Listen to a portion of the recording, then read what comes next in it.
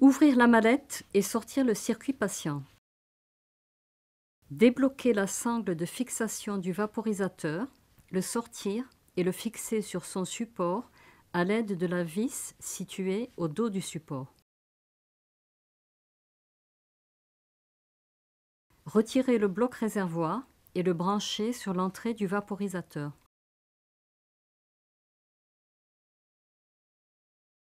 Brancher la section transparente de la vanne tout en veillant à respecter la direction du flux.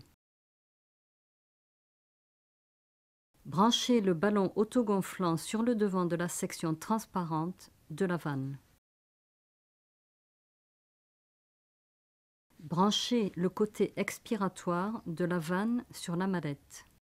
Brancher d'abord le circuit patient sur la sortie de la section transparente de la vanne, puis l'autre branche sur la vanne expiratoire.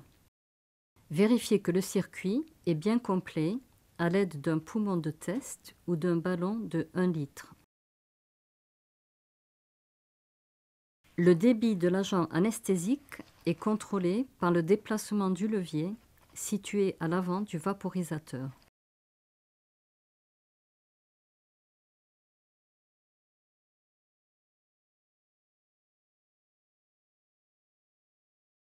Le système DPA-O2 est adapté pour l'anesthésie adulte ou les patients pédiatriques respirant spontanément ou avec ventilation manuelle assistée.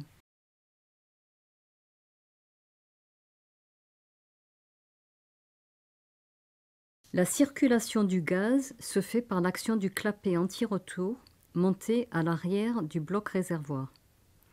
Celui-ci est régulé par l'effort respiratoire du patient lors de la respiration spontanée ou par le biais de la ventilation manuelle contrôlée par l'anesthésiste en comprimant le ballon autogonflant.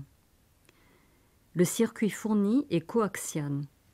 Le gaz passe par un côté du tube vers le patient, puis retourne par l'autre côté du tube dans la branche expiratoire. Ceci devient plus clair si nous remplaçons le circuit pour une pièce en Y à 2 branches standards. Un côté du tube se connecte à la section transparente de la vanne et l'autre côté à la valve expiratoire. À présent, nous pouvons voir que le gaz s'écoule d'un côté du tube et revient par l'autre côté. Il est possible d'administrer la PEP ou de brancher la récupération de gaz par le biais de la sortie de 30 mm de la vanne expiratoire, le cas échéant.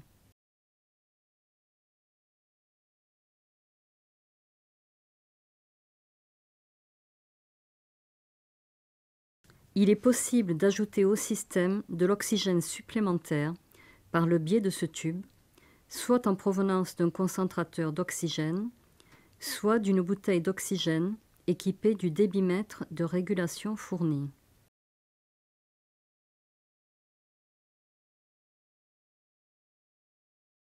Si le niveau de supplémentation en oxygène est inférieur au volume minute du patient, le sac se vide. Si la supplémentation en oxygène est augmentée, le sac se remplit et le circuit passe en débit continu. La soupape de surpression, montée sur le bloc réservoir, permet d'éviter une pression excessive dans le système. Le vaporisateur peut tout aussi bien fonctionner en mode débit continu que par gaz inspiré.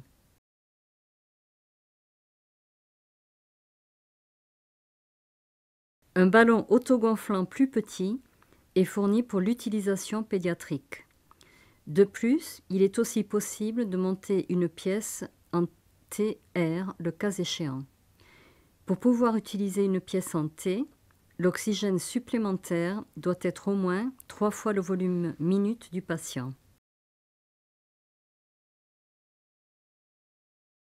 La vanne de circuit patient est un système bouclé avec un côté inspiratoire et un côté expiratoire. Les 2 parties sont reliées par le tube de stabilisation pour fermer le côté expiratoire au cours de la ventilation manuelle.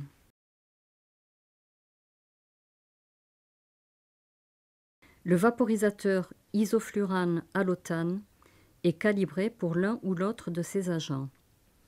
L'échelle va de 0 à 5%.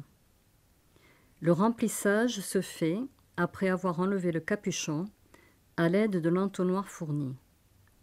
Le vaporisateur peut contenir jusqu'à 150 ml d'agent anesthésique et le niveau de l'agent doit pouvoir être toujours visible dans le tube en verre. Un vaporisateur de sévoflurane est disponible sur demande.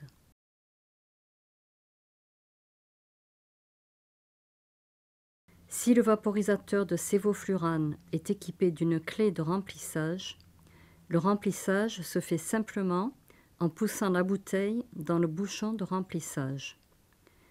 Le vaporisateur peut être vidé de la même manière.